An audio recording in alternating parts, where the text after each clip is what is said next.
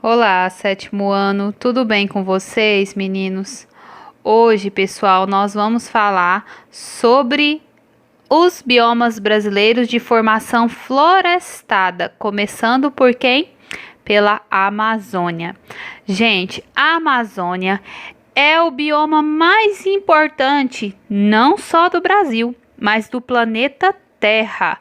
Por quê, gente? Porque ele é gigantesco, tem uma grande extensão territorial, uma variedade enorme de ecossistemas e tem uma biodiversidade gigantesca. Então, ele é muito importante.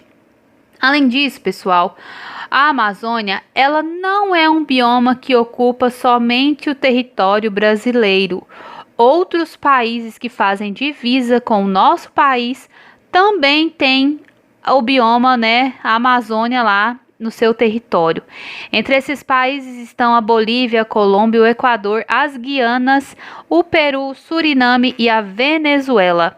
Tá aí um mapa para você visualizar onde que a Amazônia também ocupa ali, né? Então, no nosso país, ela ocupa um território muito grande, né? A região norte do nosso país é ocupada pela floresta Amazônia, tá? Então, vamos lá entender algumas características dessa floresta. Gente, uma das principais características da Amazônia é a diversidade de ecossistemas, né?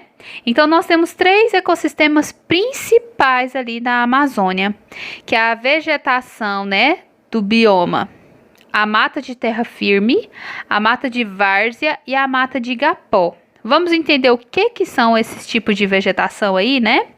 Gente, a mata de terra firme, ela compreende as regiões mais altas do relevo da Amazônia, né? Então, ali nessas regiões mais altas, não há inundações, não há cheias, né?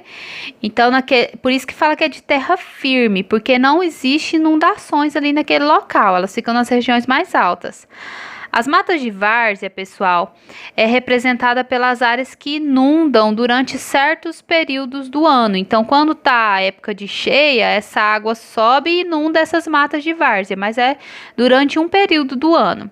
E já as matas de igapó, elas constituem um estrato mais baixo, uma região mais baixa ali da vegetação, e ela é inundada praticamente o ano todo. Então, vou mostrar para vocês aqui na imagem. Olha só, pessoal. Aqui nessa região mais alta, nós temos as matas de terra firme.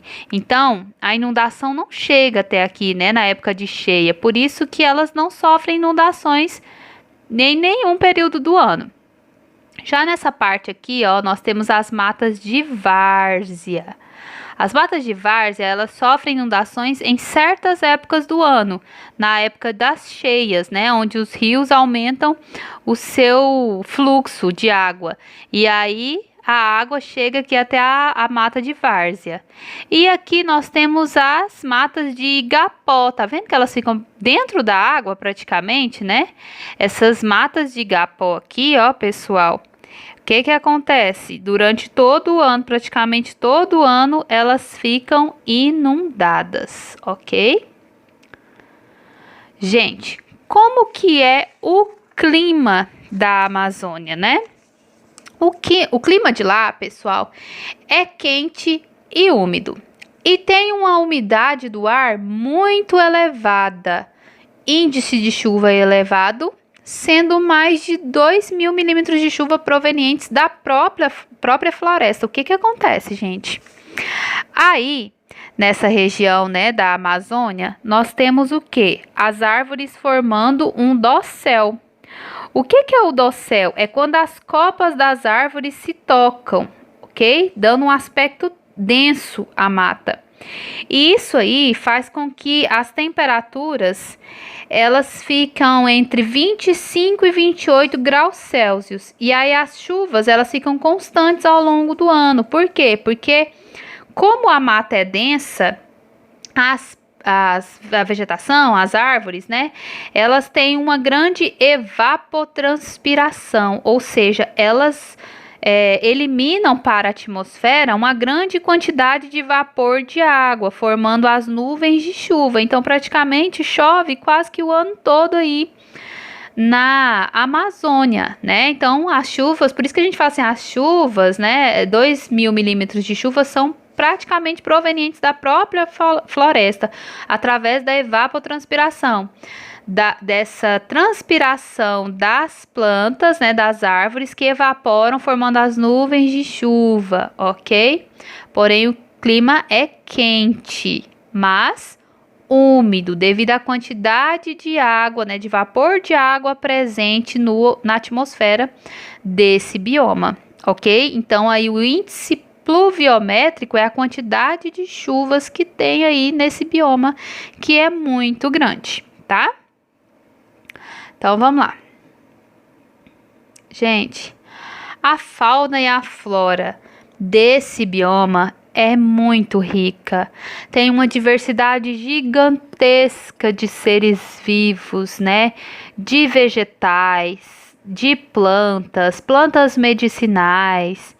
Então, assim, apesar do homem explorar bastante, né, a Amazônia, fazer pesquisas entre a vegetação, entre os seres vivos, né, os animais, ainda nós não conseguimos conhecer todas as espécies que existem ali naquele local. Não conseguimos catalogar nem descobrir todas que existem ali, né, de verdade naquele ambiente. Para vocês terem uma ideia, atualmente são conhecidos cerca de 30 mil espécies vegetais, né? 10% de todas as plantas conhecidas no mundo. E a fauna também, o número é impressionante. Porque lá, pessoal, mais de 400 espécies de mamíferos, né, são conhecidas. Pouco menos de 1.300 espécies de aves, cerca de 400, né, de répteis, 430 de anfíbios, cerca de 3.000 espécies de peixes e mais de 100.000 espécies de invertebrados, né? Gente, é muitas espécies e ainda há muitas por descobrir ali naquele local, né? Pessoal, e o solo da Amazônia, né? A gente fica pensando assim, o solo da Amazônia deve ser muito rico, porque tem muita vegetação e aí os galhos e as folhas caem na terra e aí tem muita decomposição de matéria orgânica. Gente, por incrível que pareça, o solo da Amazônia, ele é considerado pobre em matéria orgânica. Por quê? Porque, em geral, ele é constituído por minerais argilosos, né? Ou mesmo arenosos. Então, a gente fica pensando assim, como que é possível manter uma biodiversidade tão grande na Amazônia, né? Uma floresta tão exuberante, se o solo tem limitação, né, em nutrientes, ele é um solo pobre em matéria orgânica, né? Então, gente, o que que acontece? A resposta está na fina camada de nutrientes que existe na região superficial do solo, né? Onde acontece ali a decomposição das folhas, dos galhos, dos frutos, das sementes, né? Que caem e não conseguem germinar, dos animais que morrem ali, feitas por quem? Por fungos e bactérias, que são seres decompositores que vivem no solo, né, gente? Então, vamos entender aqui, ó. Tá vendo aqui? Deixa eu pegar aqui para vocês verem aqui. Gente, a camada assim superficial é onde acontece a decomposição da matéria orgânica. Essas demais camadas aqui, né, são as camadas onde está o solo propriamente dito, né, os minerais que são absorvidos, a água. E aí, pessoal, nós temos aqui, ó, uma camada rica em argila e areia, né? E nós temos aqui a rocha, que provém todo o solo aqui acima, né? Vai se sedimentando essa rocha e vai formando aqui o solo da floresta amazônica, tá?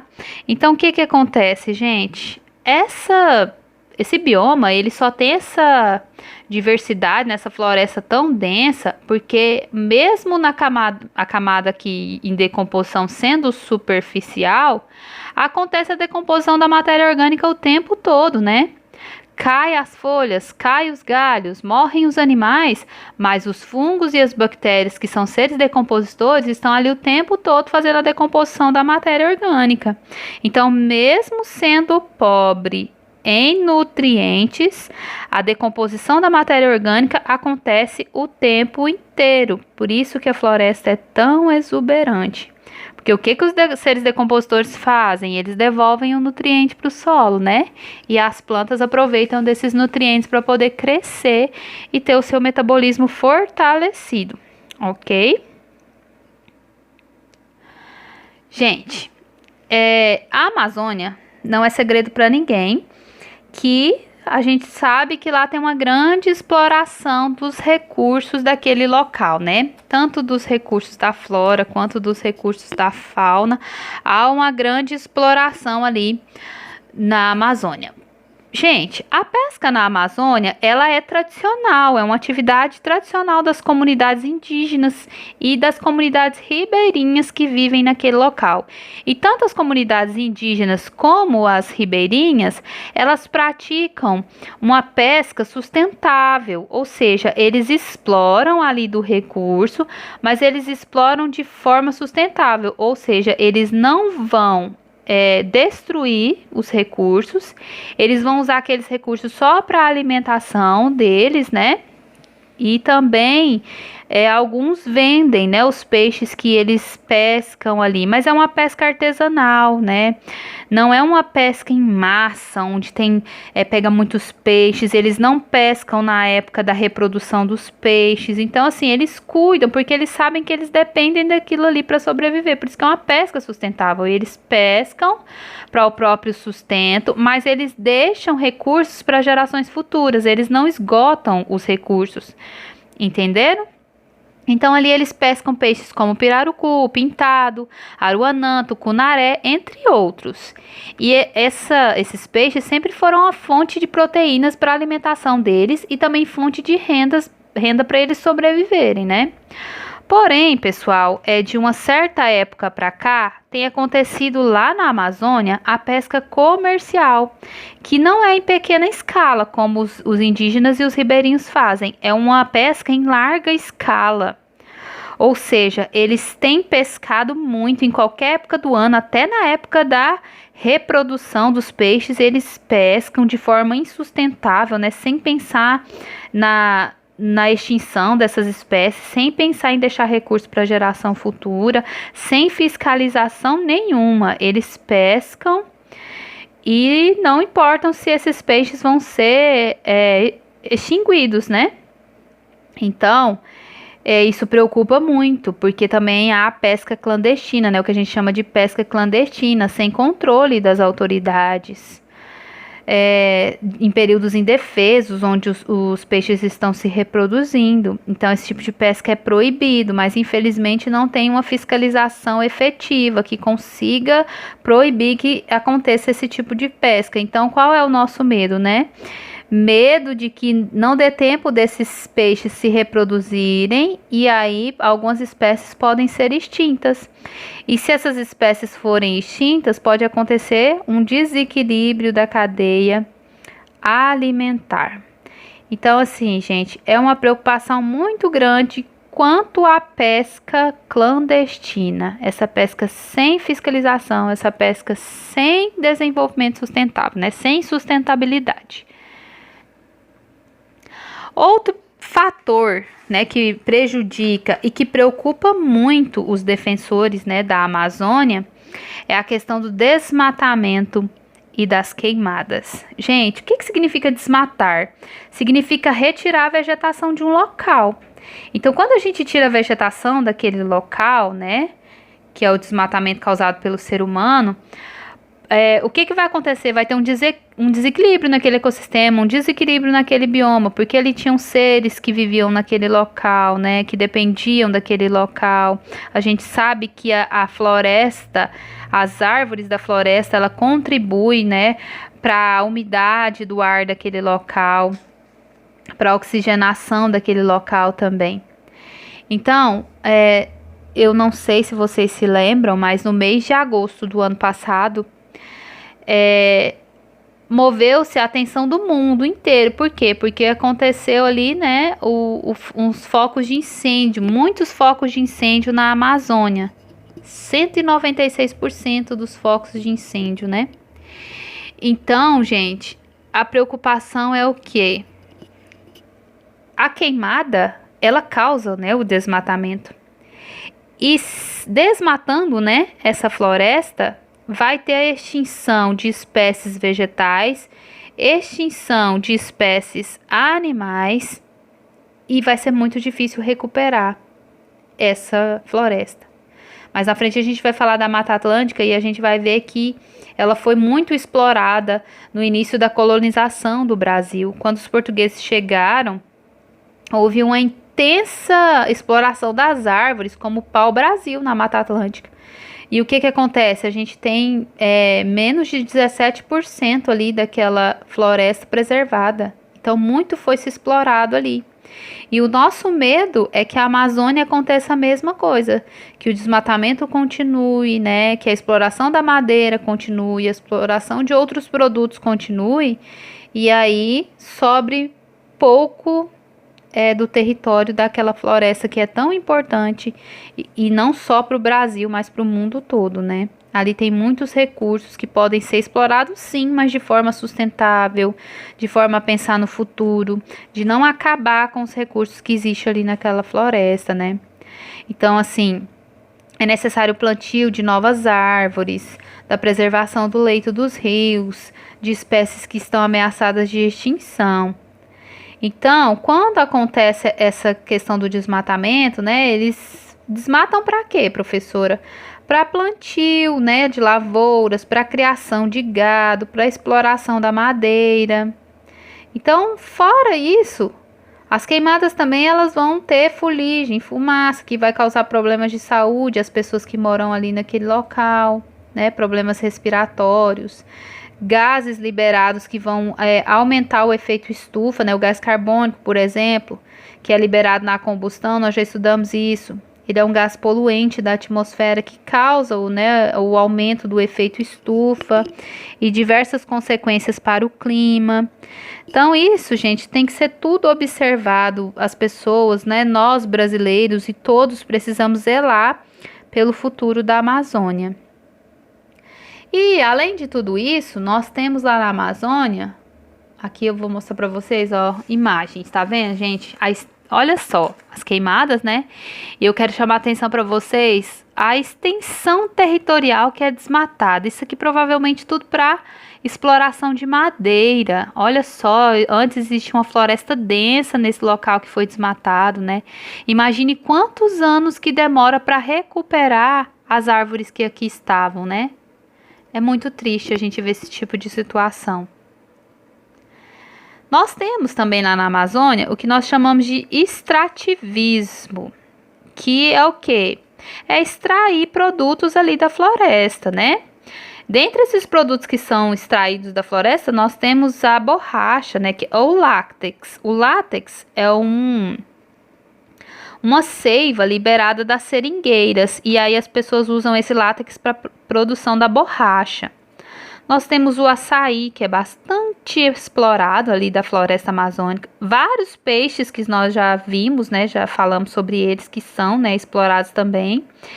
O guaraná, castanha do Brasil, a madeira, óleo de plantas, artesanato, sementes, são todos produtos que são subtraídos ali da floresta Amazônia. Tá?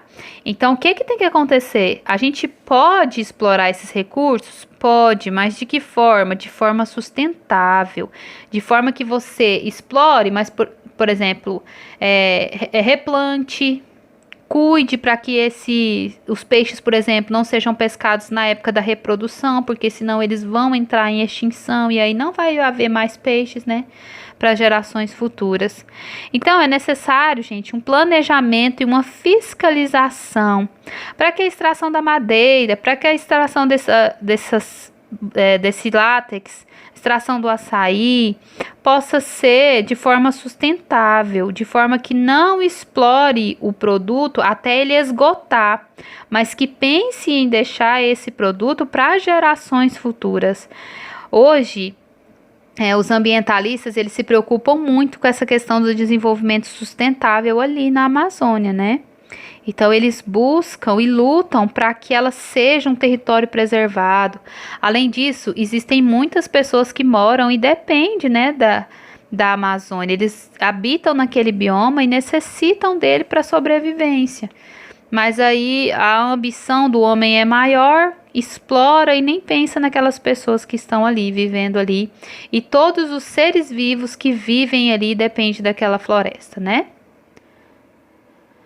Aí, pessoal, tem um mapa mental, né?